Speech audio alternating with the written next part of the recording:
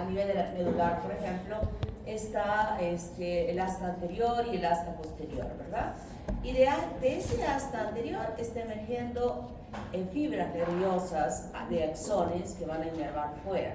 Su origen es el sistema nervioso central, pero van a estar fuera integrando el sistema nervioso periférico. Mauricio, ven acá. Saca tu lapicero.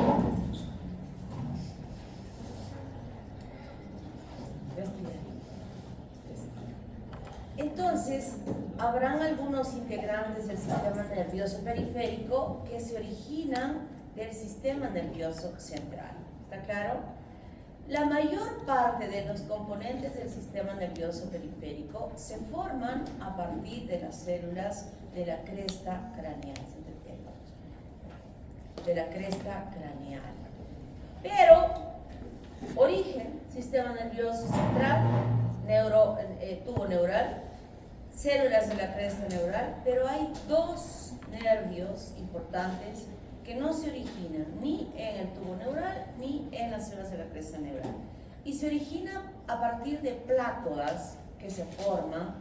Por ejemplo, cuando hablábamos del proceso frontonasal, les decía, aquí adelante se van a formar dos plácodas ectodérmicas, y esas plácodas eran un engrosamiento del ectodermo, que luego se formaba como una fosita, y luego les decía, se introducen profundamente y se van a meter para formar las fosas nasales. Estas no se quedan solo a la altura de las fosas nasales, sino se van profundizando hasta alcanzar la lámina cribosa. Y allí estas plácodas nasales se convierten en células nerviosas ganglionares, cuyas extensiones luego van a ingresar por esta lámina cribosa para encontrarse con neuronas que se han desarrollado ahí en el bulbo olfatorio, que era una extensión del telencéfalo. ¿Se acuerdan, verdad? Ese bulbo olfatorio que descendía. Y que luego, ya en procesos distintos o posteriores, se van a formar la cintilla olfatoria. Origen, plácoda nasal. La otra plácoda que va a dar origen también a un nervio importante es aquella que se había formado para formar la vesícula óptica.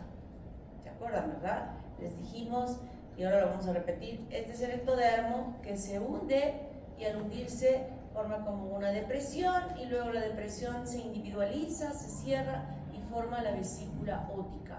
Que yo ya estuve conversando y Alarcón,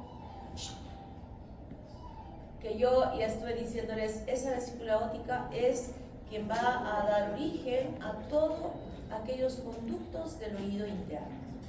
Y en esa formación y esa transformación de formar todos estos conductitos del oído interno, además van a tener el potencial de transformarse en neuronas ganglionares, cuyas extensiones formarán el octavo par craneal y harán conexiones con los centros del octavo par craneal, pero estas se van a diferenciar en formar esas células ganglionares que forman el ganglio espiral de Corti.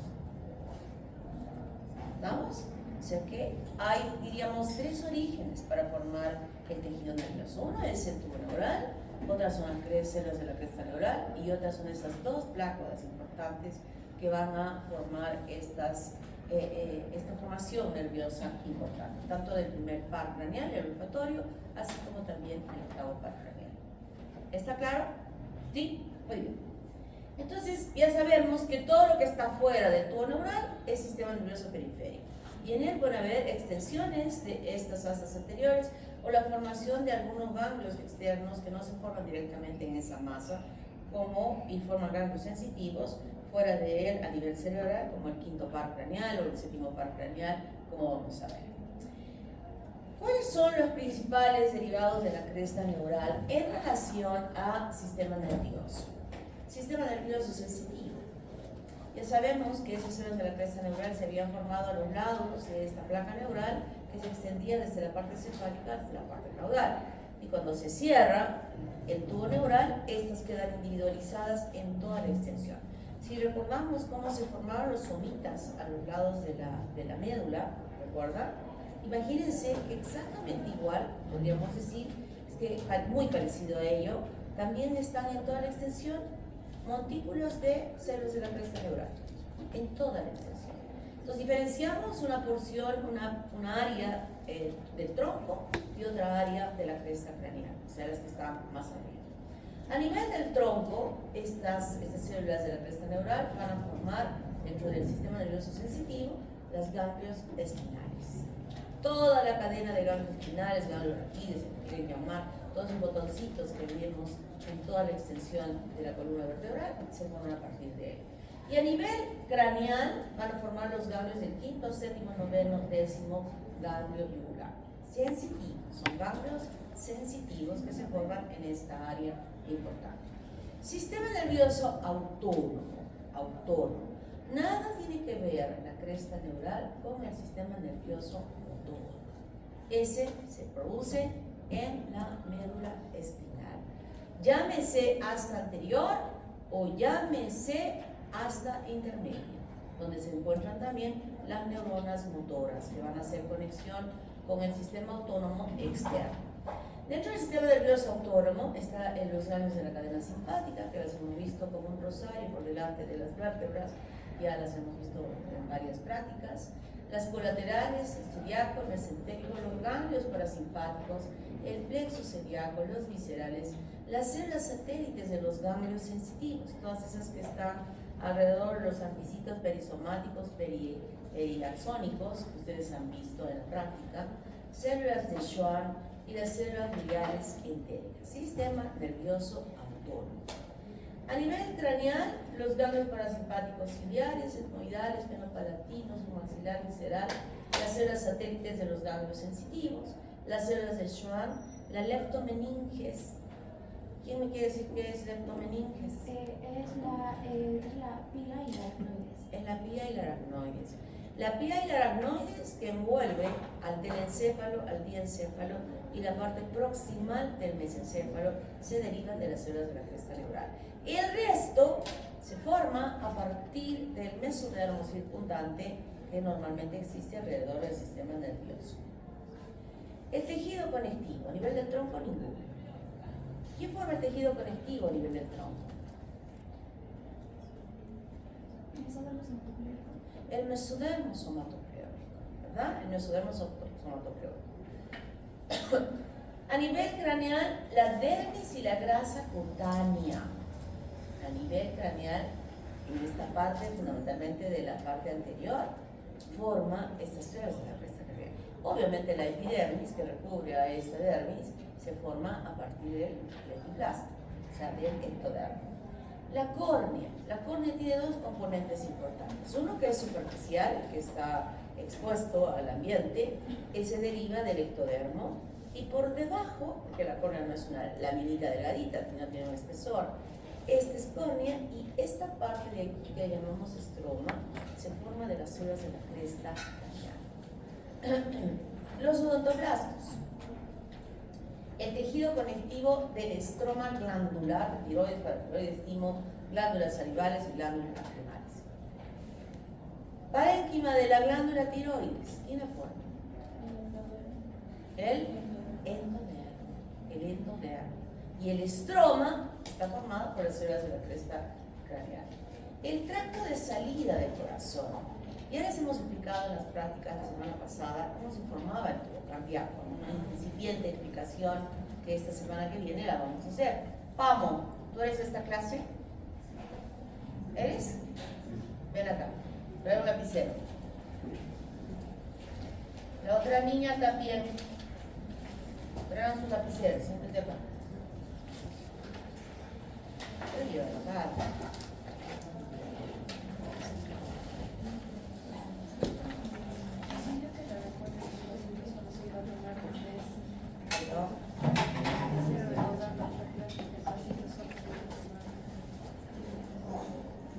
Me debiste haber hecho recordar esto que te pedí cuando terminé de tomar examen, así no les tomaba estos tablones.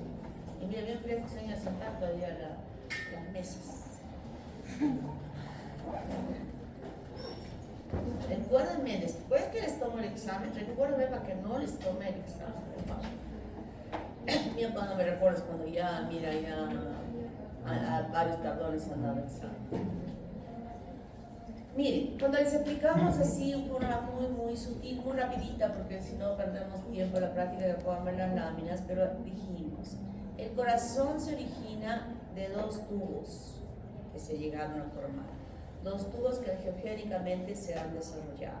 Luego los dos tubos se unen, se juntan, se aproximan, y en este roce de aproximación hay apoptosis, y entonces ya no son dos, sino se convierte en uno. Un tubo cardíaco que en toda su extensión tiene diferentes porciones. La más superior se llama bulbo cardíaco, luego viene el ventrículo, la aurícula y el seno venoso.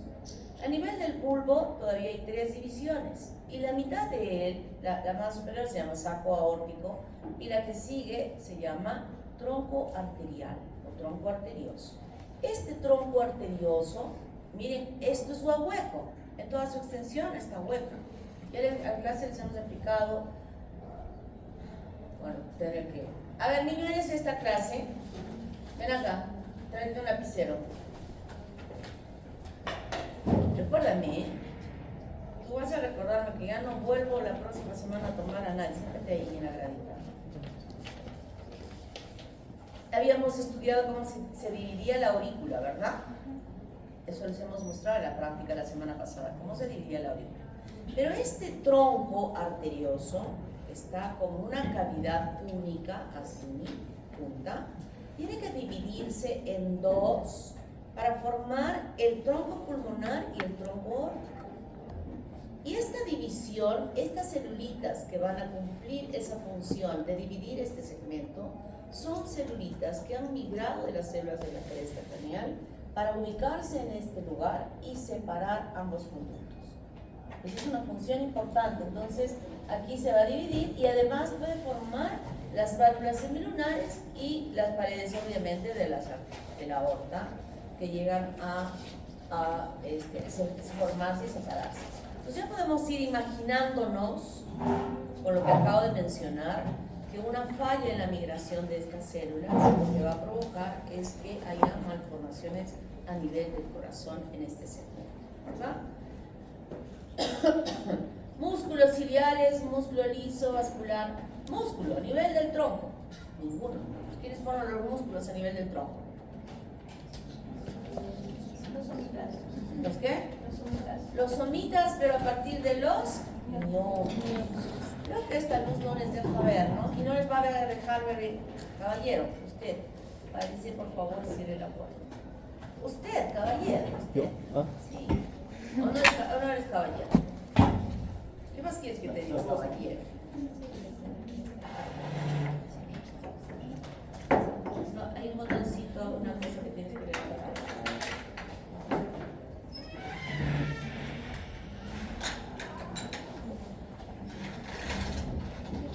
Luego me doy cuenta que cuando estoy explicando, no se ve bien. Ustedes calladitos. Yo ayer, dice, ahí miren acá, y yo no miraba, estando yo ahí.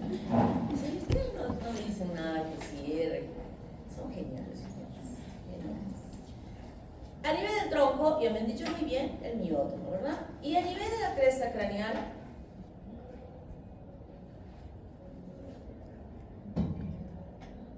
¿forma algo?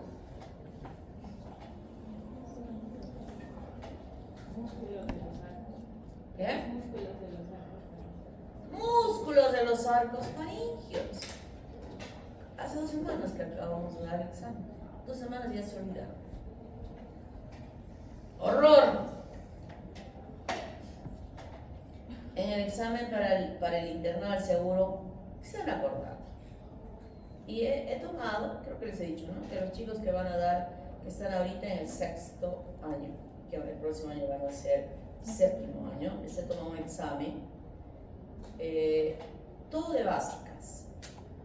Apenas volvieron de las vacaciones de este año, y se los dije. Lean, repasen, porque les voy a tomar un examen de todos los cursos de básicas. Y he puesto, si no, o sea, justo me han entregado cómo se ha calificado ya por cursos. Las 5 primeras preguntas eran de embriología. Re mal. O sea, re mal, no se acuerdan nada.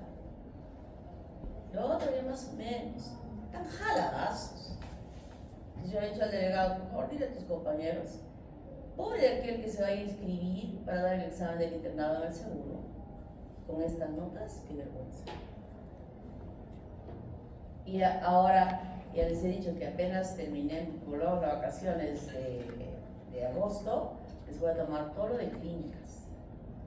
Y después van a tener otro examen pre-internado, que es todo, desde básicas hasta clínicas, que es un requisito para bachillerarse. Y lo queremos tomar porque luego dan en noviembre, eso lo van a tomar en octubre, en noviembre dan el examen para el internado del seguro. Entonces yo les voy a decir, no les puedo decir que no den los que estén jalados, o sea, no puedo. Me refiero a que no puedo restringirles que ellos se inscriban porque es libre. Yo sí les voy a decir, hagan un acto de conciencia, porque hay chicos buenos, muy buenos, pero todos se inscriben. Hasta el que ha estado 11, no 11 es jalado, ¿no? 12, toda la carrera 12. ¿Qué examen va a dar ese que de 12? Nada se acuerda. Entonces voy a decir, chicos, hagan un acto de conciencia. ¿Realmente están preparados para dar ese examen? Los que se consideren que están bien preparados, inscríbanse.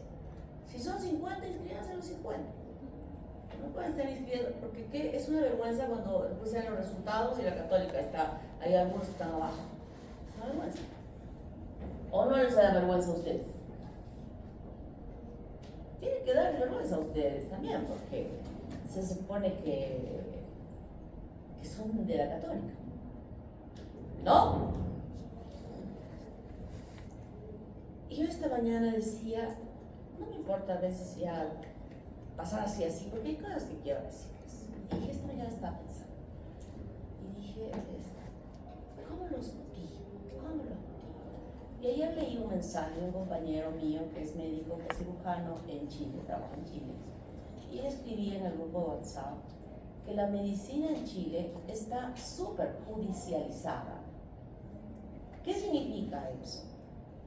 Que un médico comete un error y se pregunta. Tiene que parar y se endeuda terriblemente porque el paciente donde ha podido cometer algún error está denunciado. ¿Qué pasaría si cuando ustedes ya van a terminar su carrera, de pronto eso empieza a suceder en el Perú? ¿A quién lo van a judicializar? ¿A quién se equivoca? Al que ha cometido un error en el tratamiento de su paciente. ¿Y quién comete un error? ¿Quién comete un error? Díganme, ¿quién comete un error? Hablen. ¿El qué? El que no sabe. Entonces ya les voy a meter otra razón más, por favor, para que estudien. ¿Quieren ser judicializados? Que les quiten su casa, que les quiten su carro, que no puedan ejercer la carrera. Creo que no, ¿verdad? Están en el momento. ¿Cómo? Chile está cagadito, ¿eh? Nadie nos puede decir que dentro de 5, 6 años, 7 años se haga exactamente lo mismo acá en el Perú.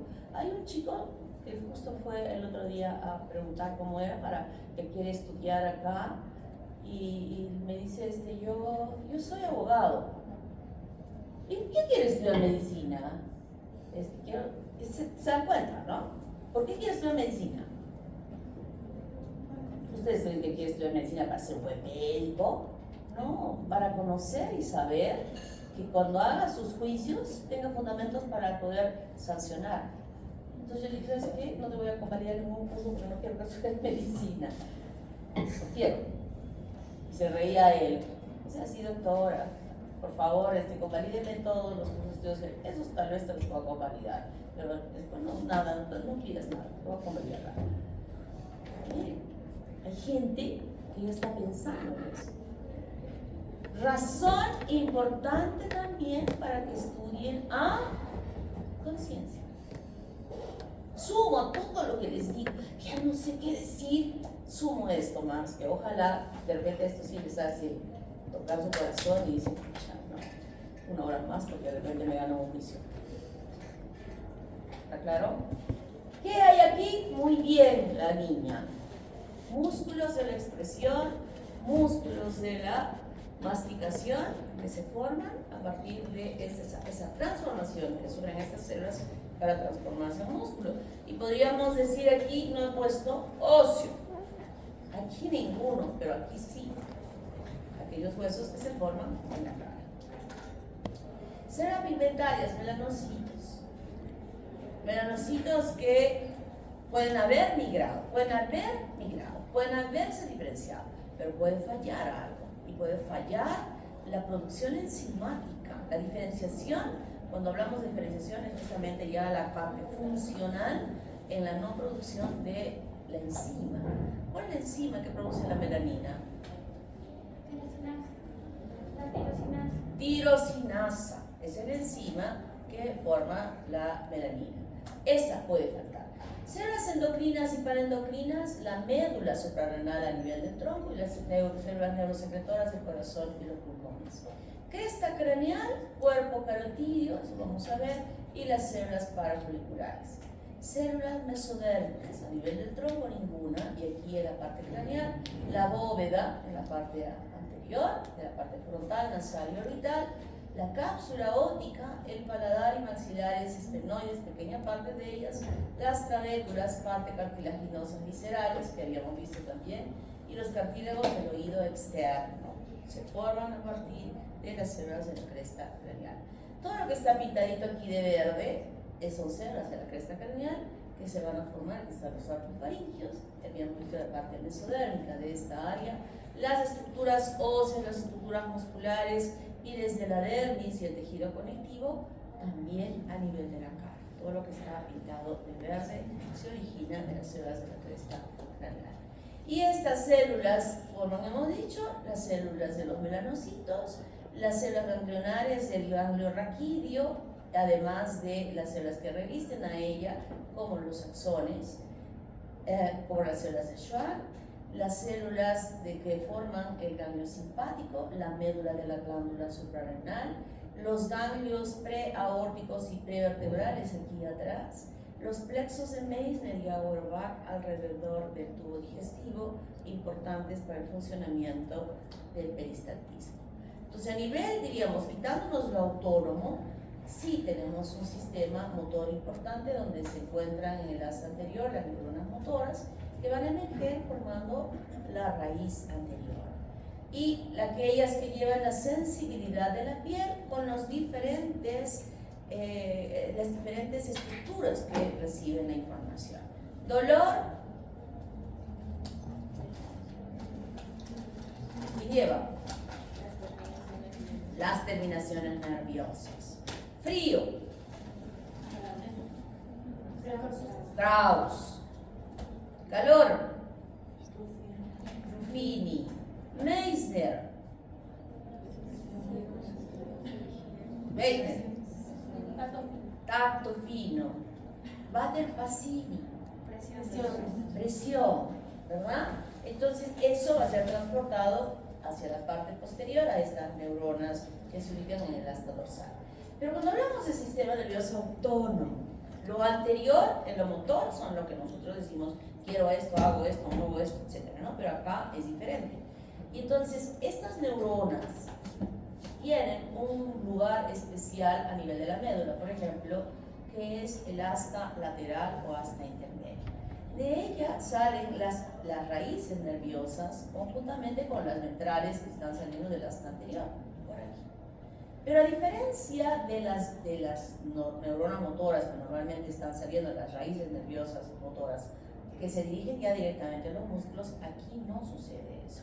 Aquí hace un pequeño corto y forma una ramita que se llama la rama comunicante blanca y hace contacto con el ganglio simpático, y de este ganglio simpático recién sale ahora una ramita que se va a unir igual a esta raíz periférica, a estas ramas periféricas ventrales en este caso, para dirigirse a la piel. conjuntamente con aquellas que iban a recepcionar las sensibilidades naturales de la piel. E inerva, una de ellas, al músculo erector del pelo. Un músculo erector que nosotros sabemos que en los dibujos animados sale, se les paran los pelos así, ¿verdad? Nosotros nunca vemos a una persona que esté con los pelos parados, pero sí podemos sentir. Cuando estamos nerviosos o asustados, sentimos un hormigueo en toda la superficie de nuestro cuerpo y en la cabeza aún más, que incluso hasta pica la cabeza. Eso es justamente totalmente autónomo. Podemos controlar esta infección en los pelitos, no podemos controlar. Es totalmente autónomo. Y otra inervación es que llega aquí a la glándula sudorípara. Y los nervios y el susto hacen que ustedes suden. Sus manos están húmedas. Van a ver a una chica que les gusta a los chicos y están con las manos tan mojadas que están ahí secándose en su ropa y sigue mojada y sigue mojada. No la pueden controlar. No tienen la inteligencia emocional todavía de poder controlar. A mi mamá no. Puedo hablar con quien sea, donde sea, y a mi edad y he podido alcanzar una inteligencia emocional que yo con quien hable jamás voy a sudar. Y hablo tranquilamente, ¿no? Eso lo van a alcanzar ustedes ya desde cuando sean mayores, cuando puedan adquirir esta inteligencia emocional, que puedo manejar ya el control de mis glándulas. Estas sí que no las puedo controlar para nada. Ahorita hay un temblor y me van a ver a mí con unos ojos desorbitados del susto, porque tengo pánico al temblor, el terremoto me dejó totalmente traumada. Pero esta sí, pero es autónomo. Y a su vez también va a haber otros ganglios que van a hacer conexión, por ejemplo, con el intestino, justamente con los plexos de Meissner y Auerbach para permitir el peristaltismo. Y a su vez van a hacer contacto con toda la red vascular. ¿Para qué? Vasodilatación y vasoconstricción. ¿Para? Vasodilatación y vasoconstricción. ¿Y eso qué significa? ¿Para qué sirve? Regular la presión. Para regular la presión. O sea, la inervación autónoma de todos los vasos regula la presión. Entonces, el sistema nervioso integrado por ambos, autónomo y motor, o sea, el no autonómico, es muy importante porque regula todo el funcionamiento de nuestro organismo. Cuando yo digo que se suda la mano, aparte que le suda la mano a los chicos, ¿qué más sienten? ¿Qué más sienten? ¿Qué más sientes, Papo, cuando te acercaste a esa chica que te gustaba? Obviamente ahora ya nadie te gusta, ¿no? Hasta el próximo año. Aparte de sudarte la mano, ¿qué más sentías? ¿Ah? Temblores. ¿Qué más? ¿Qué más?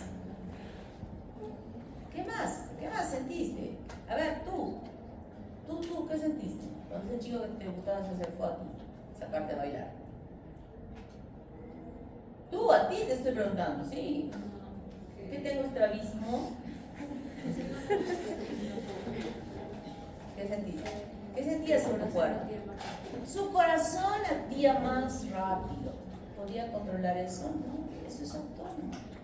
El sistema nervioso está tan relacionado a la parte emocional de nuestro cuerpo que todos esos cambios que no los podemos controlar están regulados por el sistema autónomo. Entonces, todas aquellas alteraciones que pueden darse en relación a las células de la cresta neural, de movimiento, de desplazamiento, ya hemos visto dónde se forman, y desde ese lugar, por lo que hemos visto previamente, deben moverse por diferentes lugares.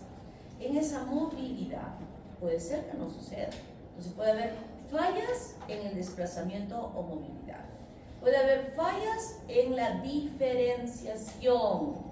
Como he dicho, músculo, ganglio, médula, o sea, se diferencian diferentes tipos, hueso, diferentes tipos de tejido. Diferenciación. Crecimiento. Si crece normal o no crece, o crece muy grande. Y diferenciación en relación al comportamiento de producir una enzima o no llegar a producir. Todas esas alteraciones se llaman neurocristopatías. Y las neurocristopatías entonces tienen la enfermedad de Hirschsprung en relación a la falta de movilidad. Y la enfermedad de Hirschsprung o megacolon agangliónico se produce cuando no hay una migración correcta de estas neuronas. Generalmente sucede a nivel del sigmoides. El niño nace, evacúa una pequeña cantidad de meconio, que es un color verde petróleo, después no hace y su abdomen empieza a dilatarse. Se hace el estudio, se le hacen radiografías, etc. y se determina que el problema es que este niño tiene esta enfermedad. Entonces, inmediatamente cuando se ha dado este diagnóstico, se le hace una colostomía, que es cortarle en el abdomen, la pared del abdomen, hasta llegar al colon transverso, abrir una boquita y por ella empieza a evacuar las heces de lo que tiene que alimentarse y de lo que está contenida dentro de este sigmoides, que está dilatado. Y por delante de él está estrecho, o sea, del tamaño normal. ¿Dónde es que está la ausencia de estos plexos? ¿En la parte ensanchada o en la parte estrecha? ¿Dónde estará la ausencia? ¿Dilatada o estrecha? Estrecha. Porque este está luchando para poder pasar por ella y se dilata. Entonces, como ya va saliendo las heces por este orificio, van saliendo, el niño va aumentando de peso, que eso es importante para las cirugías, hasta que finalmente ya esa dilatación ha alcanzado su tamaño normal y ahora podemos unir. Y la unión implica hacer una cirugía, el niño está un poquito más grande, es una cirugía donde tenemos que cortar aquel segmento de intestino donde no están presentes estas células. Y se hace por biopsia, por congelación. Es un procedimiento que normalmente se emplea en las salas quirúrgicas, sobre todo oncológicas, como por ejemplo la del INEM en Lima. No conozco la de acá, pero asumo que debe tener más o menos la similitud. En el INEM de Lima, en cada piso hay una sala de operaciones, hay varias salas de operaciones, en todos los pisos. Y entonces hay un montacarga que baja directamente de las salas de operaciones al primer piso donde está patología. Y en patología hay un patólogo que está de guardia permanentemente las 24 horas del día, porque a veces hay cirugías en ese hospital. La programación que se haya podido hacer de una cirugía desde las 8 de la mañana, las cirugías de 8 en las diversas salas, de 8 hasta las 4 de la tarde, por ejemplo, en realidad nunca se sabe, porque cuando hay un cáncer no se sabe directamente cuánto tiempo va a durar algunas veces las cirugías. Entonces continúa.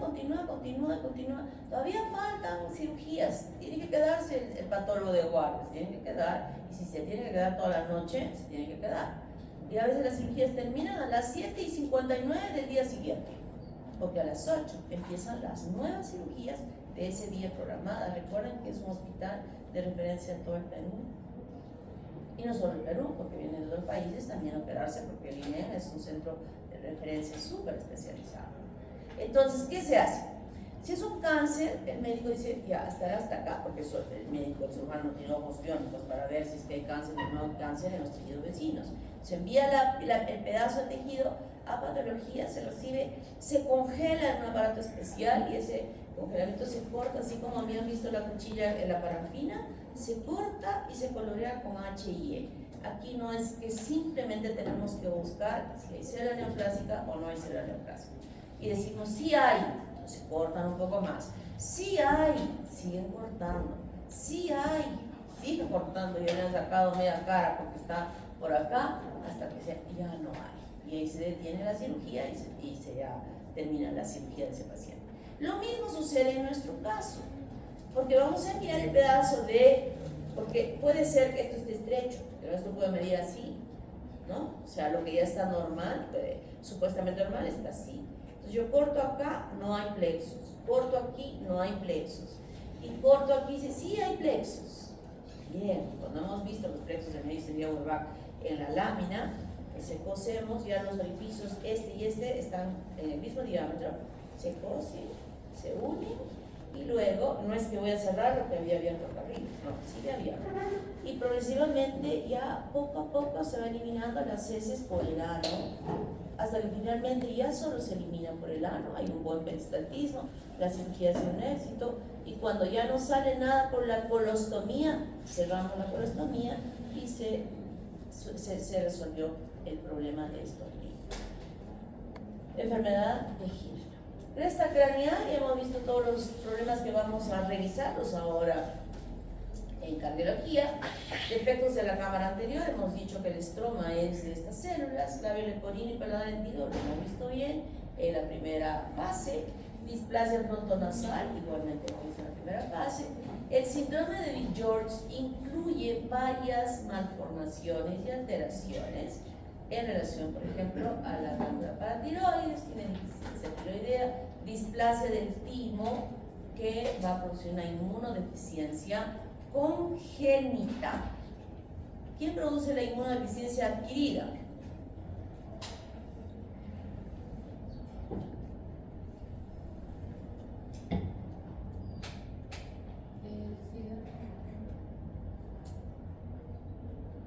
No me puedes decir el SIDA, tienes que decir el HIV, porque he dicho, ¿quién produce el HIV? Ese es, sí, SIDA significa síndrome de inmunodeficiencia adquirida. En cambio, yo estoy hablando de una inmunodeficiencia congénita. ¿Por qué? Porque no tiene timo. Y el timo es un órgano importante para la defensa de este niño. Acuérdense lo que han estudiado en histología, ¿no? Y que van a estudiar re bien el próximo semestre en inmunología. Mucho les va a servir lo que han estudiado para poder entender. Problemas en el corazón también tiene este niño y algunas anomalías dentales. Crestas neural y craneal, asociación Sharps, donde se encuentran varios simultáneamente, tanto a nivel cefálico como craneal, como del tronco, y también el síndrome de Waterberg. Tumores y defectos de la proliferación, feocromocitoma y neuroblastoma, son tumores que se producen en la glándula suprarrenal. No necesariamente son cuando nacen, que pueden al poco tiempo nacer, sino también posteriormente en la vida. Carcinoma medular de tiroides, tumores cerebrales parafoliculares, secretoras de calcitonina de la tiroides, que habíamos visto que forman parte de las células de la cresta neural. Noras parenquimales que se formaban del endodermo. Tumores carcinoides. Esto suele observarse, y hay que tener, explico esto, que cuando una persona tiene apendicitis, que hay diferentes estadios del apéndice, en cuánto tiempo después de que tuvo la molestia fue operado. A veces no se diagnostica muy fácilmente, ¿no? Hay un verso que se dice: apendicitis diagnosticada, apendicitis operada. Eso significa que si yo ahorita me está doliendo y en una hora me están haciendo los exámenes y sí, tengo el diagnóstico de apendicitis, debo operarme en las siguientes horas y no esperar al día siguiente, porque al día siguiente ya habrán complicaciones. Entonces a veces los diagnósticos no son tan claros, no todo es fácil.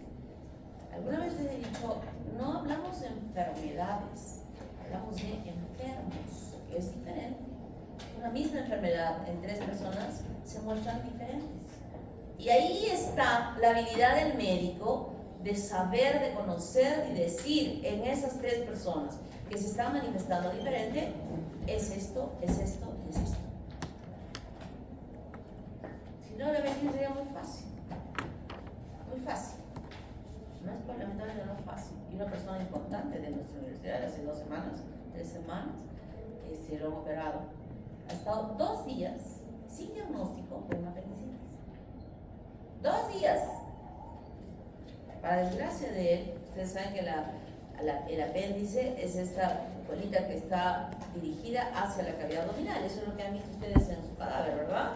Ah, qué facilita ese apéndice. Y sabemos que para cuando uno tiene esto, va a tener náuseas, dolor abdominal acá en la boca del estómago, luego se viene para acá y el dolor, perfecto. Pero esta colita en esta persona no estaba dirigida hacia la cavidad, estaba hacia atrás. ¿Qué hay detrás? Bien pegadita, hay un meso, ¿verdad? Que fija el colon y el ciego hacia la pared posterior de la cavidad abdominal. Y la colita estaba allí, cubierta por el ciego. Fácil de diagnosticar. Tomaron tomografía, el dolor estaba ahí. No sé quién, qué cirujano lo había visto. En Chile, ¿qué le hubiera pasado a ese cirujano que no diagnosticó rápido? Ya estaba judicializado. Y mi pobre amigo decía, bendito ese doctor, ¿no?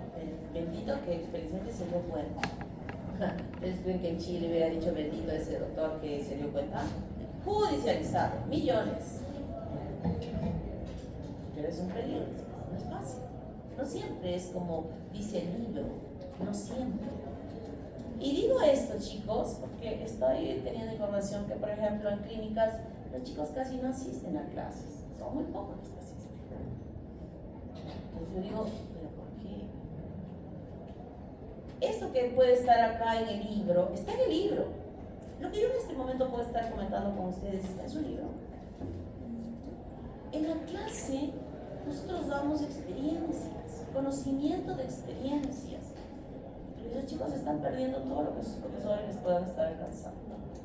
Yo voy a hacer una encuesta. ¿Por qué no asisten a clases? Los de clínicas. Pero eso quiero, desde ahora les estoy diciendo, asistan a sus clases. Porque lo que dicen sus profesores muchas veces no está en su libro y es su experiencia que les va a servir en su desarrollo diario cuando estén trabajando. Se agarran mucho de las clínicas, hay unas revistas que se llaman las clínicas, para dar tratamientos. No todo está ahí. No todo está allí. Está en la experiencia de su profesor que les puede ir diciendo muchas cosas. Y entonces, cuando se opera un apéndice, algunas, y no algunas, muchas veces ya apéndice flemonoso, ya diagnóstico flemonoso y la botan a la basura al apéndice. No, no se debe botar. El patólogo tiene que decir si es apendicitis y puede ser que esa inflamación se haya producido en un cáncer carcinógeno. Botar una pieza y a los 3, ni siquiera al mes, esa persona empieza a estar presentando un cuadro de cáncer generalizado porque tenía un carcinoide en su apéndice y no fue tratado adecuadamente. Y les digo esto para que nunca permitan, cuando ustedes estén ahí, de botar el apéndice, que vaya al patólogo, que el patólogo confirme el diagnóstico clínico y visual que ustedes hayan podido tener de esa apéndice. Esto es muy frecuente, no es algo que no sucede. Neurofibromatosis o enfermedad de von Rickenhausen, tumoraciones en toda la extensión de los nervios que se pueden ver externamente, pero lo más importante es que puede ser que se pueda producir a nivel de intracraneal o intramedular y se comporten como tumores que agravan un proceso. Eso lo vamos a ver en una imagen. Y el albinismo, que es la piel blanca y los pelos blancos y el iris blanco, que no está esta pigmentación importante que tenemos en nuestra piel de protección contra las radiaciones y en el caso del ojo contra la luz que pueda ingresar dentro. Dos síndromes del primer arco faríngeo: síndrome de Treacher-Collins, micrognatia, hipoplasia del malar, ¿no? Esta fase es típica de un niño o niña que tiene este síndrome del primer arco faríngeo que se llama Treacher-Collins. El síndrome de Pierre-Robin también tiene micrognatia, tiene lengua más pequeña y puede corregirse. Aquí no, el malar está perfecto, es una diferencia bastante interesante para poder reconocer, y se pone un arnés progresivo que en el futuro va a permitir, como está en pleno crecimiento, puede haber jalado el maxilar inferior para que se forme en un tamaño adecuado. El síndrome de George incluye muchas características: problemas en la cara, como estamos viendo, problemas en las orejas, hipertelorismo, también hay algo de micrognatia. A nivel de la glándula paratiroides puede estar ausente o incompleta y traducirse en hipocalcemia con tetania al momento de nacer. El timo ausente es un niño que va a estar infectándose rápidamente desde que nace, muchas infecciones, alteraciones funcionales, eficiencia variable en el crecimiento y problemas de lenguaje y múltiples defectos cardíacos, que los vamos a ver cómo son y los van a ver en patología. Un alumno que está ahora haciendo patología viene y dice: doctora, por favor, explíqueme cómo era esto, porque ahora estamos viendo este síndrome de George y quiero saber esto. Se lo he dicho porque se supone que ya.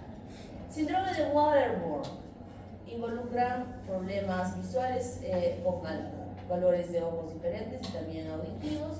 Y una característica importante es este mechón blanco que se observa a nivel de la cabeza. No altera la capacidad de fecundar, porque también la señora tiene lo mismo y su hijo ha heredado. Puede haber algunos rasgos, alguna alteración de la inteligencia, pero no es común tampoco que se produzca en ellos. Esta es la neurofibromatosis, donde vemos en esta imagen múltiples tumores en las extensiones nerviosas, pero ahí empieza, como el caso clínico que tienen ustedes en la práctica, donde aparecen manchas de color marrón o pardas, que luego diríamos que hay grados. Uno de los grados más sencillos es simplemente esta aparición de las manchas, pero cuando se hace grave puede ser aquí, e incluso en el desarrollo, miren cómo altera la faz de este chico, que esta es una película del doctor, y tuvo este problema de la neurofibromatosis. ¿Alguna pregunta hasta aquí? Entonces vamos a entrar a ojo, que hemos estado hablando también muchas veces en la práctica. Hacemos muchos dibujitos para que recuerden la histología del ojo, pero ahora vamos a ver de dónde es que se forman todos esos componentes del ojo. Primero, sabemos que cuando ese tubo neural ha formado estas vesículas a nivel cefálico, a la altura del mesencéfalo se va a producir una evaginación del tubo neural, formando lo que va a ser la vesícula óptica, recubierta externamente por ectodermo. Luego esta vesícula óptica va a ser inducida por este ectodermo, que se forma como una plácoda, para hundirse la vesícula en su formación distal. Y luego se comprime para formar una copa óptica, ¿no? Yo tengo acá mi bolsita.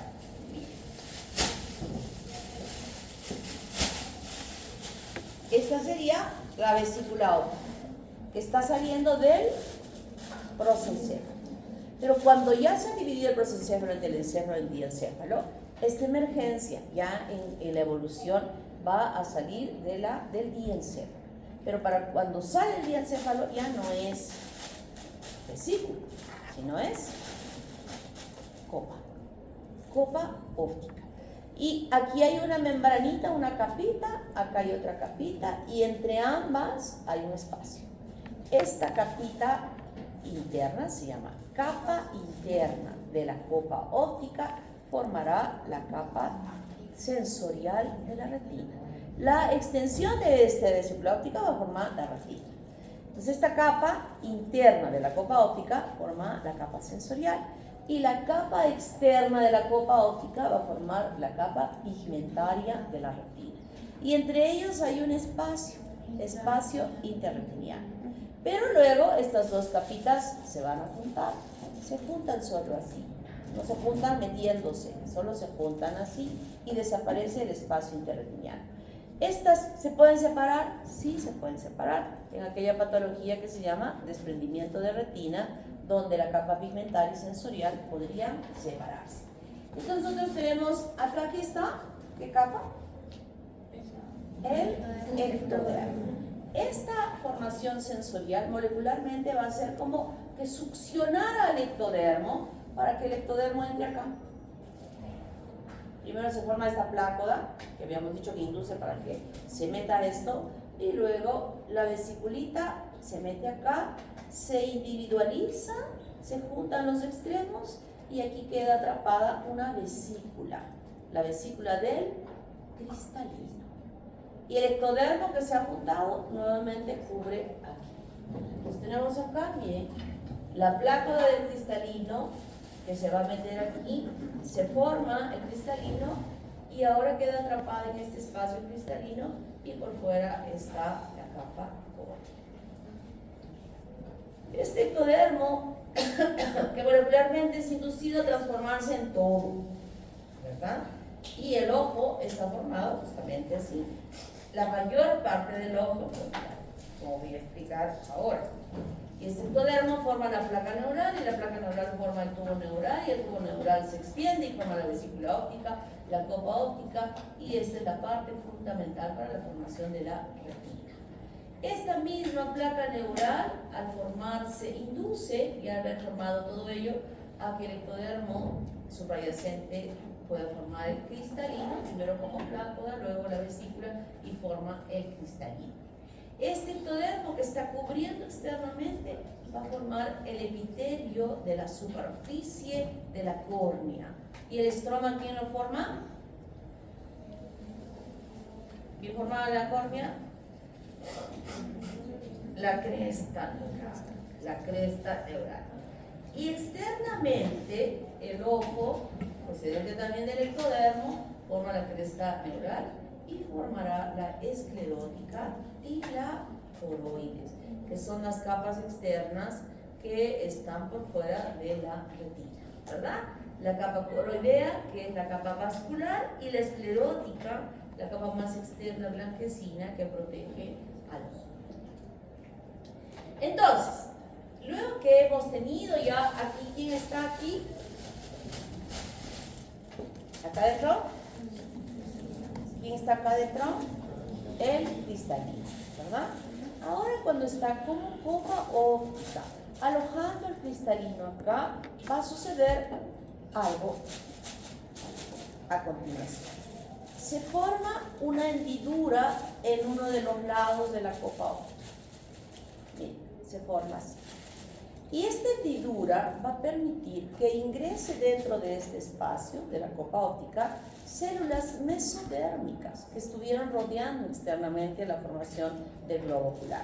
Y estas células mesodérmicas que se han metido acá van a hacer esto. Van a formar una red de vasos importantes que van a tener la responsabilidad de nutrir al cristalino por la pared posterior, de irse para aquí adelante para igualmente formar una red vascular que va a nutrir la pared anterior de la vesícula del cristalino. Va a haber una red vascular que va a estar irrigando toda esta parte interna de la capa sensorial. Esa red vascular tiene un nombre, se llaman los vasos yaloideos. Vasos yaloideos. Luego que han irrigado perfectamente todo el cristalino, estos vasos desaparecen, ya no van a estar presentes. Desaparece todo esto y desaparece todo esto. Y esas células mesodérmicas que han ingresado a este espacio, ¿cómo se llama este espacio? ¿Qué se llama? Cámara vítrea. Cámara vítrea. Cámara vítrea. Esta cámara vítrea va a ser ocupada por esas células mesodérmicas que han ingresado, transformándose en una gelatina que ocupa este espacio, muy importante porque va a dar la firmeza de la formación redonda que tiene el ojo. Luego que ya se formó este humor vítreo en esta cavidad, ahora estos vasos van a empezar a desaparecer y van a dejar un espacio en esa gelatina firme. Ese espacio se va a llamar el conducto de Cloquet. Pero no llega a desaparecer completamente, totalmente no, porque estos vasitos ahora se van a distribuir en la superficie de la cara interna de esta retina sensorial y van a formar caudalmente, ya metidos acá, la arteria central de la retina. Entonces ya tenemos acá la fisura coroidea. Luego que se ha metido, formado toda la red, ahora esta fisura coroidea hace esto.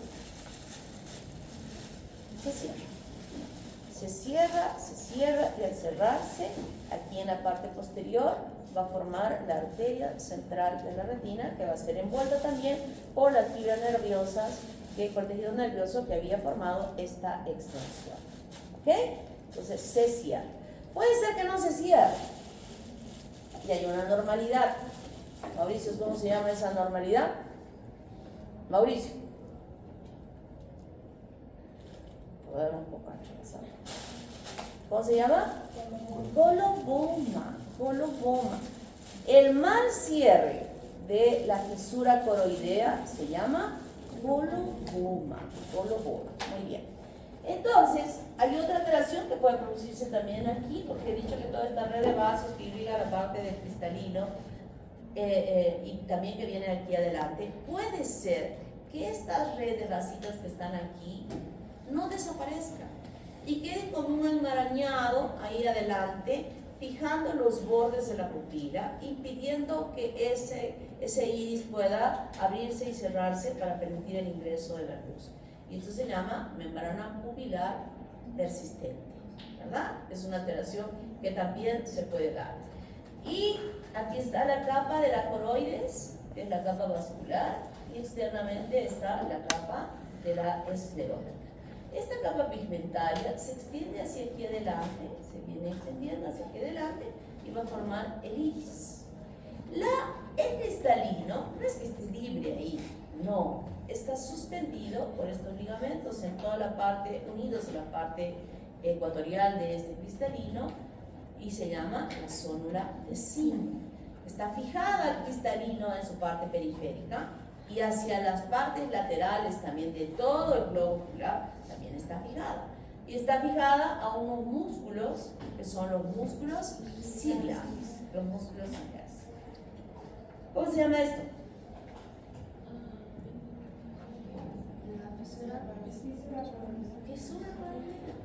Fisura coroidea. Fisura coroidea. Aquí está la capa de la retina pigmentaria, esta es la sensorial y este es el espacio interretiniano. Y aquí estamos viendo cómo se forma el cristalino. Entonces decía que el tejido nervioso de este tallo nervioso envuelve a la arteria hialoidea y la transforma en lo que va a ser arteria central de la retina. ¿Cómo se llama esto? Esa es la lámina del examen.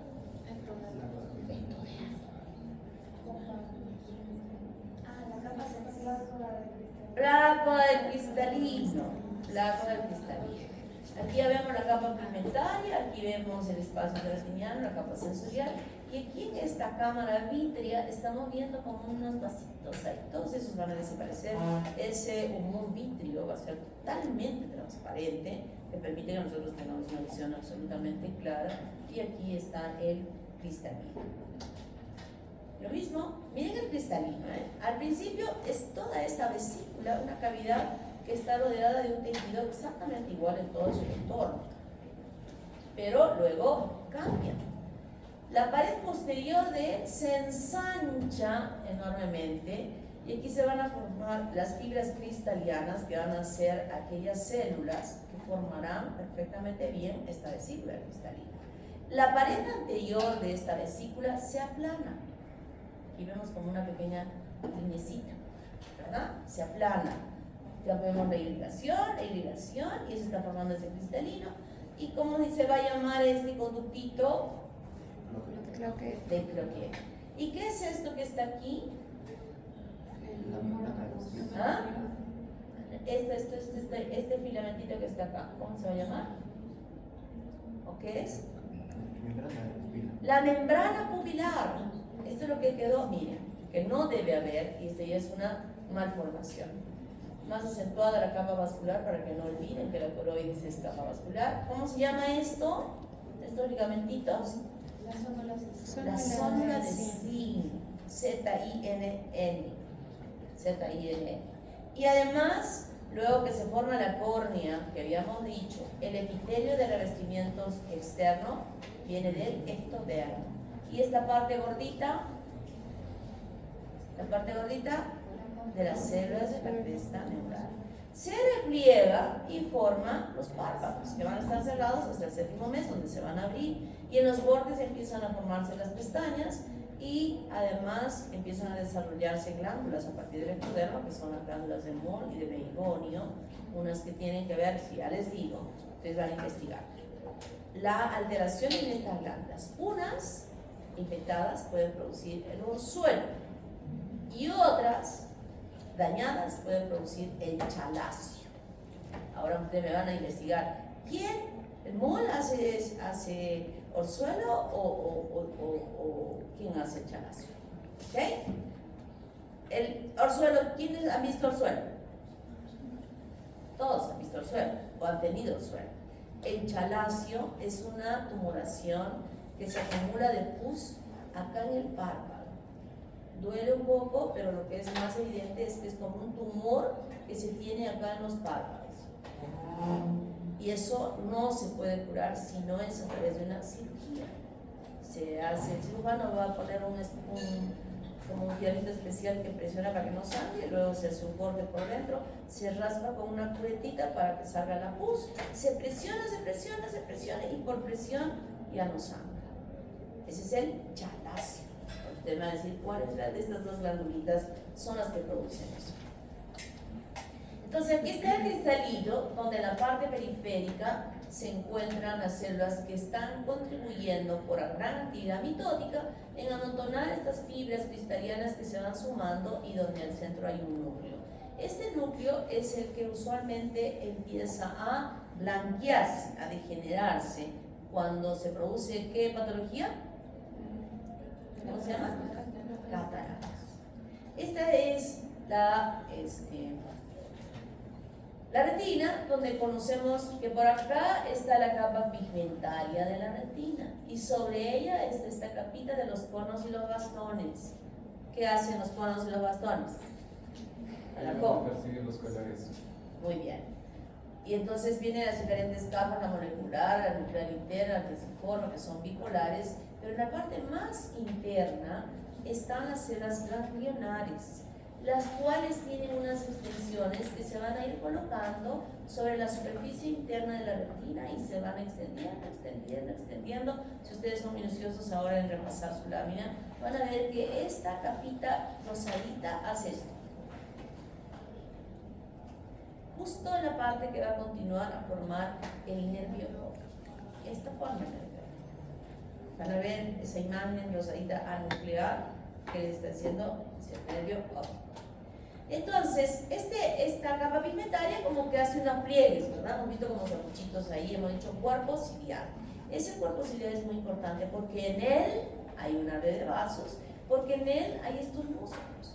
Le había dicho yo que la zona así está enganchada en la parte periférica del cristalino, pero por el otro lado está conectada a estos músculos, a los músculos ciliares. ¿De dónde se forman los músculos ciliares?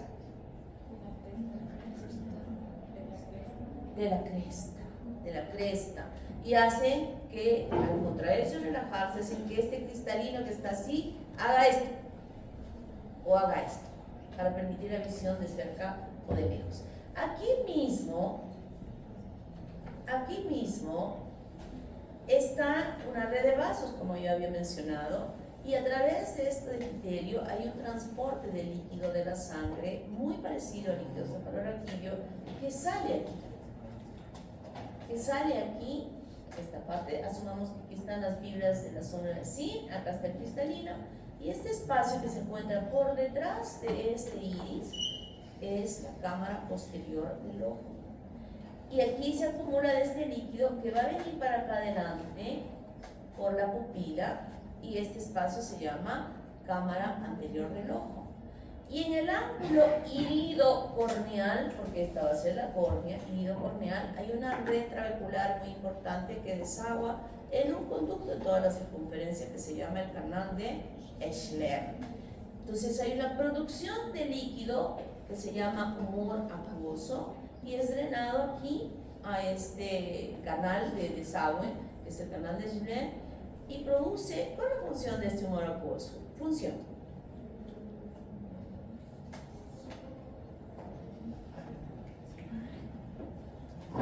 Función del humor acuoso.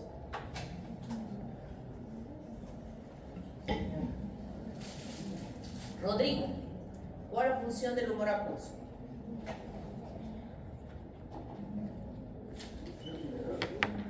¿Era?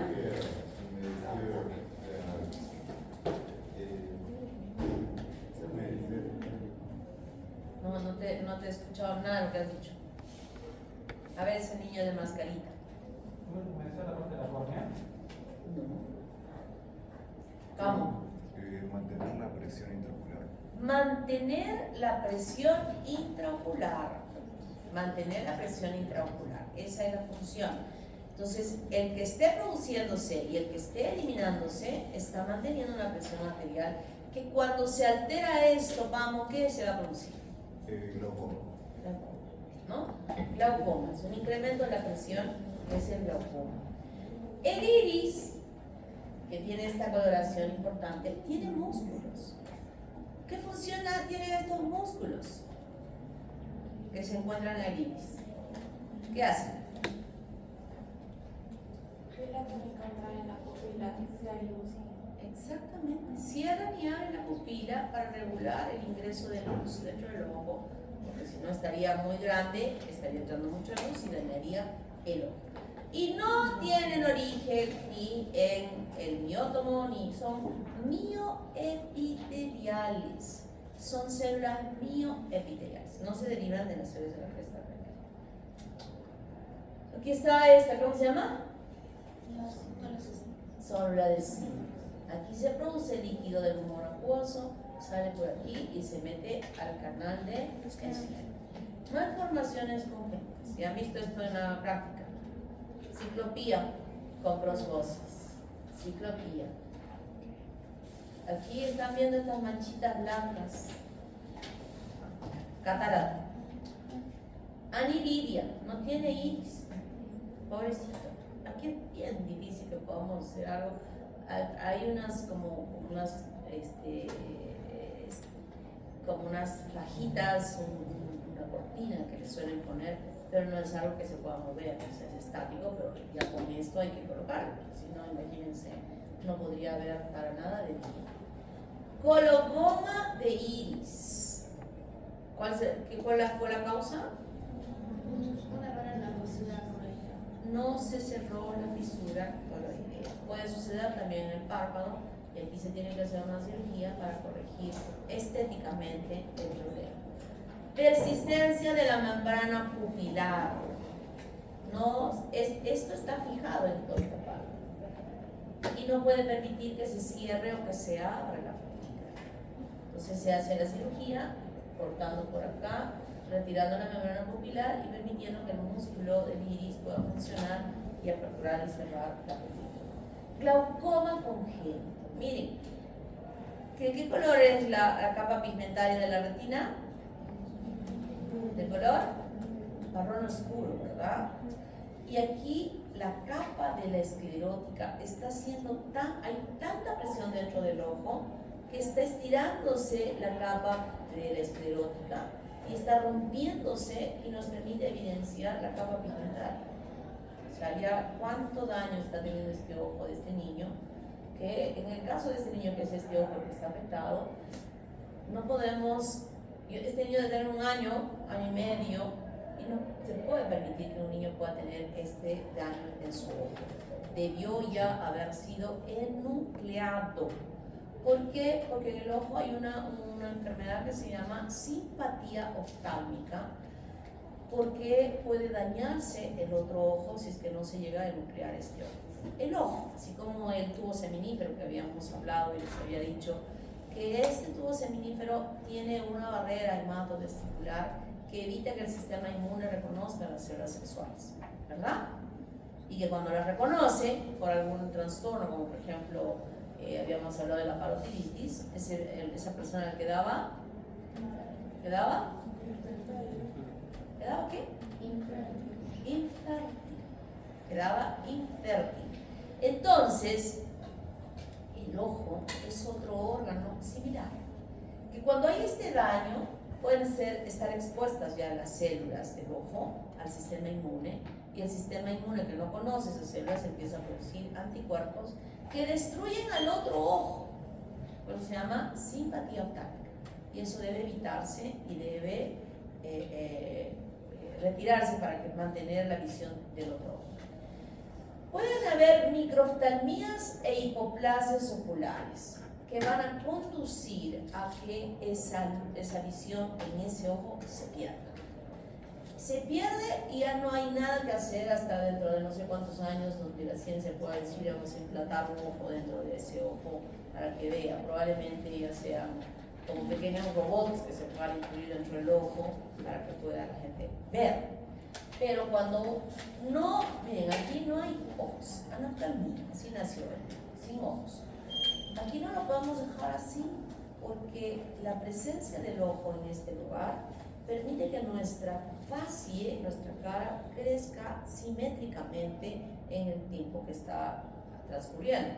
Entonces, de niño, desde que era niño, porque este ya no tiene cara de niño, parece una persona mayor, le pusieron ojos y progresivamente se iban cambiando en su crecimiento para que toda la parte de su cabeza y su frente crezca normal. Igual en este caso, se le saca el ojo, se nuclea el ojo y se le coloca una prótesis. Todos estos se han sacado el ojito y le han puesto una prótesis. Y las prótesis, quien hace acá el Perú no lo hacen bien. En Brasil sí hacen muy bien las prótesis. Hay gente que tiene que ir o se toman fotos muy perfectas porque el artista que hace esto pinta el ojo con una absoluta similitud del otro ojo.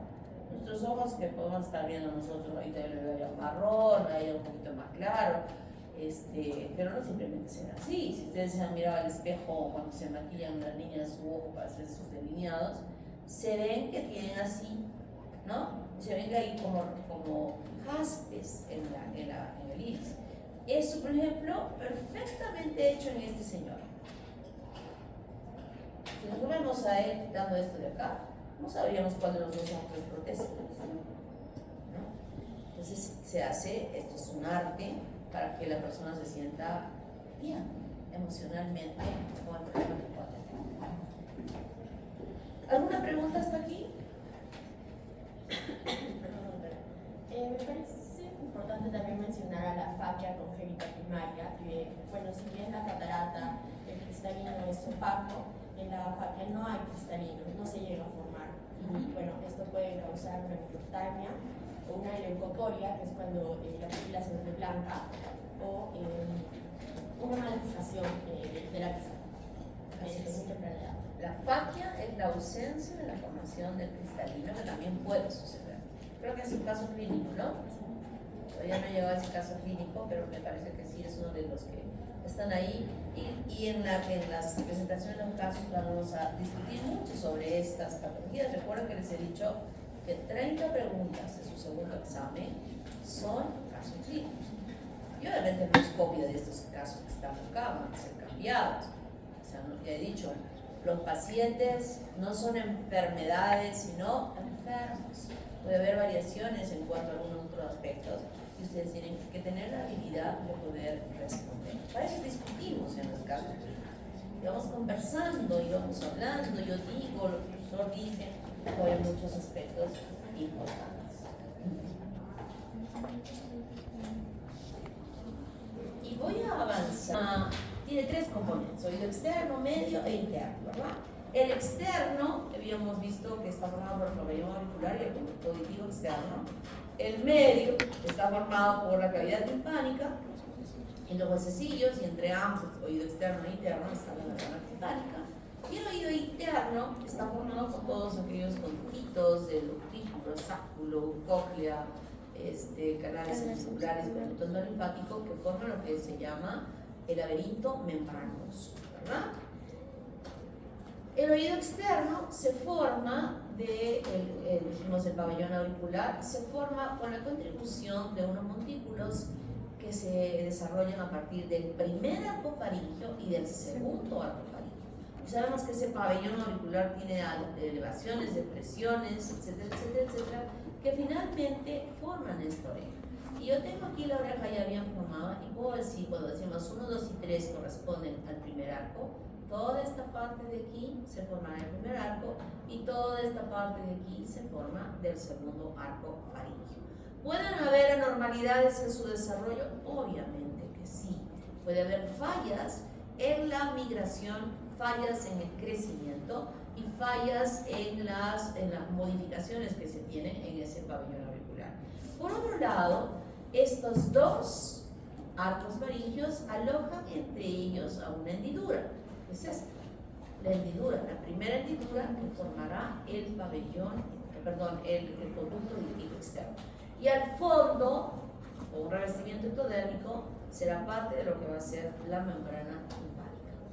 Por el otro lado está la primera bolsa faríngea, que en la parte más profunda forma la cavidad timpánica primaria, conectada por la trompa de Eustaquio hacia la faringe.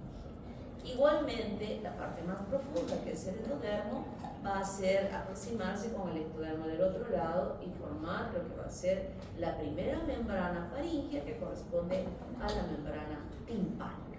¿Hay mesodermo entre ambas? ¿Hay mesodermo entre ambas?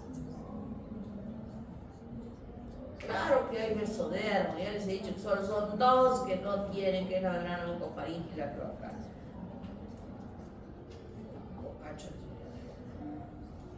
Y en relación a los huesecillos del oído medio, ya habíamos estudiado los arcofaringios, que el primer arcofaringio va a contribuir con la formación de martillo y yunque, y el segundo arcofaringio con estría.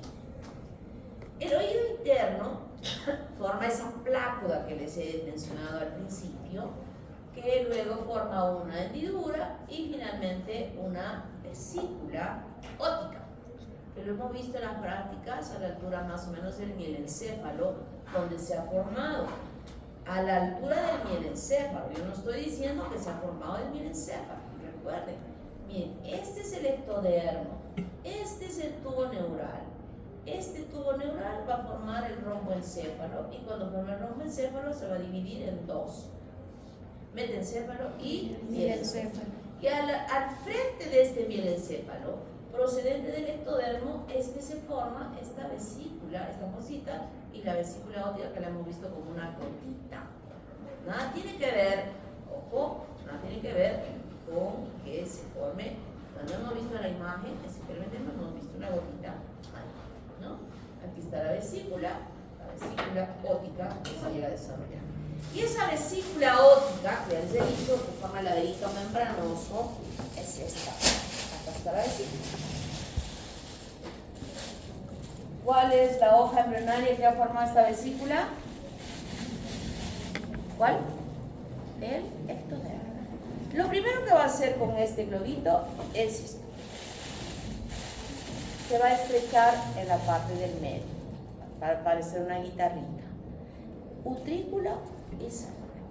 Luego el sáculo se va a estirar con una luz en la parte interna y va a formar una manguerita. Una manguerita que va a dar 2 vueltas y media. Luego el utrículo también va a suplicar. Los cambios van a hacer que de la cavidad empiezan a salir 3 orejas.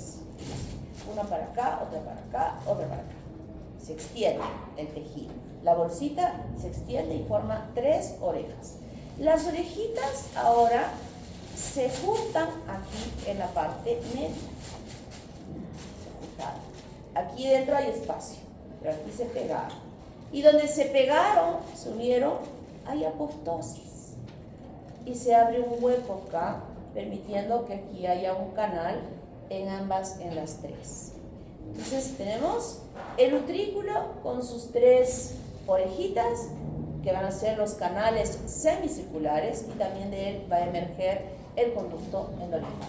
Y aquí lo tenemos, miren. Sáculo, utrículo, ya está formando el conducto endolinfático.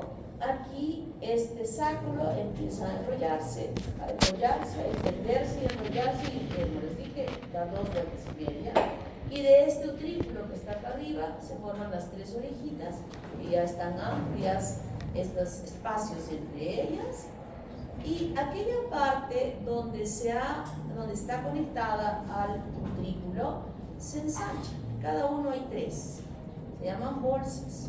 Y dentro de estas bolsas se producen unos crecimientos en la superficie. Quiero que lean esto, Yo solo estoy haciéndoles un repaso porque ustedes ya lo saben. Se forman las crestas. Y estas crestas son muy importantes porque son las que van a recepcionar la información del equilibrio para transmitir luego a través del octavo par al cerebro. A nivel del utrículo también hay unas células que se elevan, que se llaman máculas, que tienen este es el utrículo, ¿no? Y ese utrículo está a nivel del sáculo. También hemos visto esas crestas que se ponen y se forman externamente. Luego que se ha formado perfectamente bien, se individualizan el utrículo y el sáculo, y este conducto endolinfático se abre en 2. Uno va a conectar al utrículo y otro al sáculo. Luego aquí va a haber un estrechamiento de conexión del sáculo al canal semicircular, que es el conducto de reunión o reunius, conducto de reunius, le llaman en su. Y finalmente ya tenemos toda la conformación de todos estos conductos y le llamamos laberinto membranoso. Alrededor de este laberinto membranoso empieza el tejido mesodérmico a formar un cartílago que va rodeando estos conductos. Y ese cartílago lo hemos visto nosotros, se llamaba, ¿cómo le llamamos? Cápsula óptica. ¿Se acuerdan de la cápsula óptica que nombrábamos que era un cartílago? Se va formando. Y este cartílago que está formándose luego va a sufrir unos cambios en él para formar unos espacios huecos alrededor de este laberinto membranoso y que va a ser ocupado por líquido. ¿Sí? ¿Están recordando lo que les estoy mencionando? Y entonces nosotros tenemos, por ejemplo, a nivel de la cóclea, esto que estamos viendo acá, esto que estamos viendo corresponde al laberinto membranoso procedente del ectodermo. Va modificando su morfología, va modificando y va a formar, por ejemplo, esta membrana ectodérmica importante que luego tiene va desarrollándose más y va a formar las células ciliares externas e internas, y estas van a hacer conexión con el ganglio espiral de Corti. ¿De dónde se formó el ganglio espiral de Corti? Yo sé que las ganglionares ¿De dónde? de un nervio, del nervio vestíbulo coclear. ¿Pero de dónde? ¿Cuál fue el origen? La Plácoda auditiva, muy bien, plácoda auditiva. Y periféricamente, como les dije, se forman estos espacios que es la rampa vestibular y la rampa timpánica. Esto a nivel de la cóclea. Y a nivel del conducto endolinfático y a nivel de los canales semicirculares sucede lo mismo. Quiero que lean, por favor, lean, porque les voy a preguntar. Y entonces, ¿cómo se integran estos tres oídos? ¿Cómo se integran? Se integran de la siguiente manera. Este es el conducto auditivo externo, la cavidad timpánica y la vesícula aórtica. Y hemos visto todos los cambios que suceden en él, ¿verdad? Cómo se va formando. Los cartilaguitos que estaban ahí están muy próximos, también modificamos en su forma. Y aquí externamente está el conducto auditivo externo. Primer cambio que sucede en el conducto auditivo externo, que las células ectodérmicas que están formando la luz empiezan a proliferar y crecen, se multiplican y el conductito se cierra por estas células ectodérmicas. A ellos se llama tapón meatal. ¿Qué función tiene esto? Es un huequito que podría ser de repente por el crecimiento de los demás comprimido y obstruirse. Pero el tapón meatal, que ha crecido estas celulitas, mantiene la luz perfectamente bien formada. Y cuando ya se formó todo lo demás, va a haber apoptosis y todas estas celulitas desaparecen, mueren y queda al fondo la membrana timpánica. Puede ser que no mueran, que no haya apoptosis. Entonces aquí va a haber un tapón meatal permanente. ¿Podrá escuchar el niño?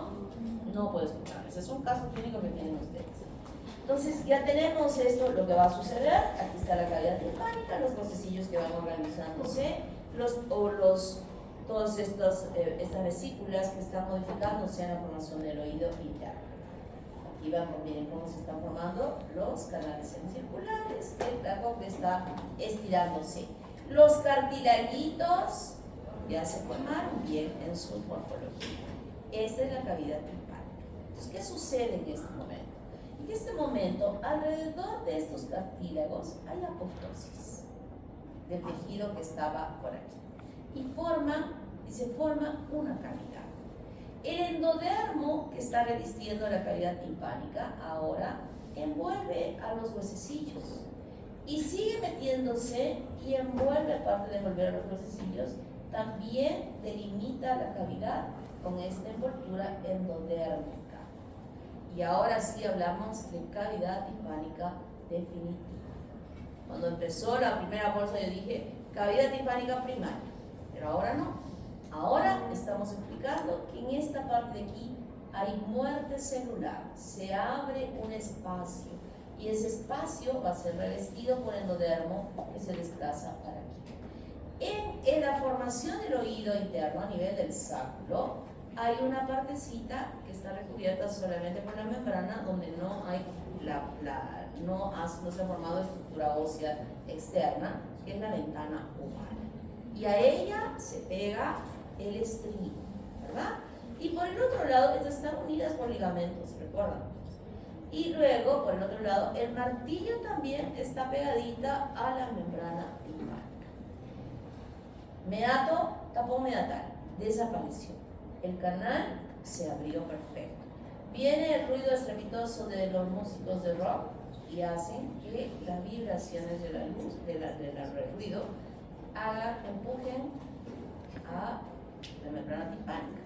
Y este empuja al martillo, el martillo empuja al yunque y este empuja al estribo y se puede transmitir la audición. Entonces esta es una integración de los tres componentes del oído que pueden traducirse en una serie de malformaciones, desde la parte externa con la formación anormal del pabellón auricular, que no esté habiendo una buena conducción o que haya una alteración por acá, por una infección. Recuerden que esta cavidad timpánica está unida por la trompa de Eustaquio a la faringe, ¿verdad? A la faringe. Y nosotros, cuando viajamos en avión, por ejemplo, sentimos que es como tapan las oídos, ¿no? ¿Qué hacemos? Nos tapamos la boca y la nariz y soplamos. Se nos abren los oídos. Nosotros adultos tenemos un conducto muy largo, bastante importante, pero en los niños es más corto. Y esta comunicación comunica la faringe en el niño al oído. Y la faringe es muy lábil al desarrollar infecciones. Y los virus y las bacterias pueden venir por acá. Y desarrolla un cuadro que se llama otitis. Y esta otitis puede dañar a estos componentes o dañar la membrana timpánica, y es otra razón también para perder la audición. Pero hay otra más importante, que es este, el nervio craneal octavo, que lo vemos acá y que lo tenemos acá, que puede ser afectado y dañado por un virus. ¿Cuál virus? Que puede estar infectada la mamá.